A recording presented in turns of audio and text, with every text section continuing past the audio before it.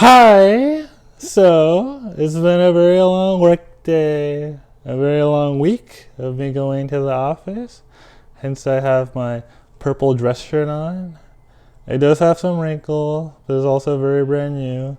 So, please don't be too hard on me for not ironing my shirt. As for what else is missing here, as you can see, there's a tie.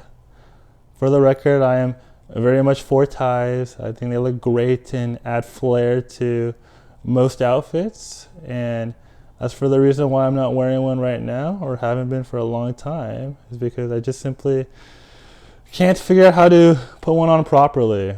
So it's as simple as that. I've watched a lot of YouTube videos on how to make a tie correctly, consistently, reliably, and simply so. But it's just not registering with me. I do watch it, I do try, I do put in the effort, and I do concentrate, and I loop it around, follow their steps, and just not working for me. But it's okay, not a high priority. I mean, it's just a tie. I mean, I just table that off to the side until I either figure that out or maybe just buy a clip-on, which I think should be the standard, but for some reason it's not. So it's kind of hard to find those in the city. So yeah, I don't really have a choice. So we'll go tireless in the meantime. Anyways, as for the outfit in general, I mean, this is a very standard finance outfit. I mean, I don't know who decided this is the norm. I mean, I think it happened a long time ago and hasn't changed. I guess objectively, it looks okay. I mean, I don't think I'm necessarily against it. I mean, it's fine, whatever. The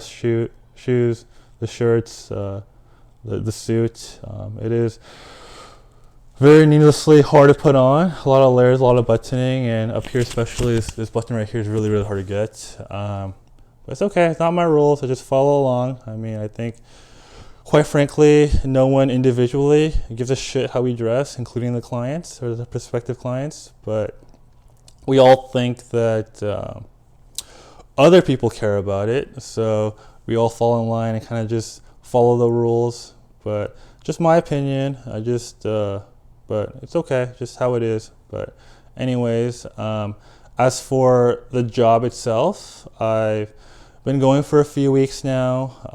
I think quite bluntly, my job is to be a cold caller. I mean, I could use more fancy terms such as SDR, BDR, or like some sales associate or outbound prospecting, whatever. But it's just cold calling where I kind of just interrupt someone's day for 30 seconds or more or less, depending on how they respond to it. And that's my day-to-day job. I have a very simple sales script that I try to talk in a very non-script-like format, but it's hard not to do. It's hard to kind of really sound natural, though, at least still for me. But you try and you try again and you try again until you succeed or fail and quit. So that's where I am right now with it. It's okay. I mean, it's very embarrassing, uncomfortable. I still can't do it on the floor with other people because I'm worried people are going to judge. They probably will, but they won't say anything. They'll just be encouraging because they're just good guys. They'll just say the right things, not just be a dick, because that's just, why would you want to be a dick, especially with someone that you work right next to, right? Just make it awkward like that. So appreciate you guys, my coworkers. But yeah, so that's that. It's been a very interesting experience nonetheless. You feel all the emotions and haven't been great at it. Have still struggle a lot. I had a few meetings from it too, which if you dial enough and try enough, maybe the stars will align and you'll get someone agree to kind of take a meeting with you. So that's been the case as well. Trying to think, is there a correlation between like kind of doing a good job and succeeding? I think there is, but then again, there also isn't. Like for one example in particular, I think my first day doing this, I go into my own room because again, I can't, call people in front of other people because I'm worried I'm gonna mess up. And I think the first 10 dials in my phone book just didn't go through, went to voicemail. They just ignore random numbers and didn't get an answer. But finally on the, I think 10th number, I dialed and someone picked up and it was a Mary. will not say last name because I think that's very confidential. I'll get in big trouble for that. But we still talk to her, by the way. But she picked up, and I was like sweating for sure, not ready for it. But I was like, okay. I was like, hey, I think I said good afternoon when it was like 9 in the morning. I really messed up from the get-go. I was slurring. I was definitely stammering and stumbling.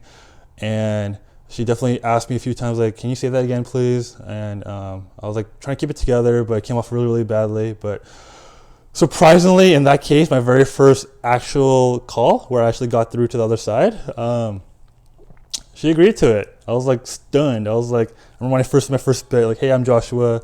We'll have to catch you for 10 minutes. I just said that just really, like, it just came off wrong for sure. And I was like waiting for a response. I was like cringing on the inside. I was like, oh, I for sure fucking lost this. And shockingly, she said, okay, let's meet next week. And I was like, or like talk on the phone next week. And I was like, what the fuck? Are you serious? I was like, kind of thinking that way. I was like, holy shit. And yeah, we got a meeting out of that. And again, we still talk to her. Maybe she was really in a crunch at the time. I mean, I guess I could verify that because I know her more now, but I gotta pretend like I don't. So yeah, maybe she just wanted that, but we did meet from a terrible cold call. And yeah, so clearly you don't necessarily have to be good to get a meeting. Sometimes just finding the right person, by chance is good enough, or maybe something about maybe I just been right. I just didn't realize it. Just being kind, maybe just being very polite and like not pushy and not like demanding every time. I was like, hey, are you interested? And she said yes. So I had a few more stories like that. Also, obviously, have all the bad ones too, such as all the fuck yous, the what the fuck do you want, all the I'm busy right now and maybe later. And then I kind of push back on that. I'm like, okay, what time later? And they're like, oh, I don't know, sometime later. You can just send me some stuff and I'll get back to you. And I'm just thinking in my head like, okay, that's a no, a polite way of saying no. But yeah. So some of that.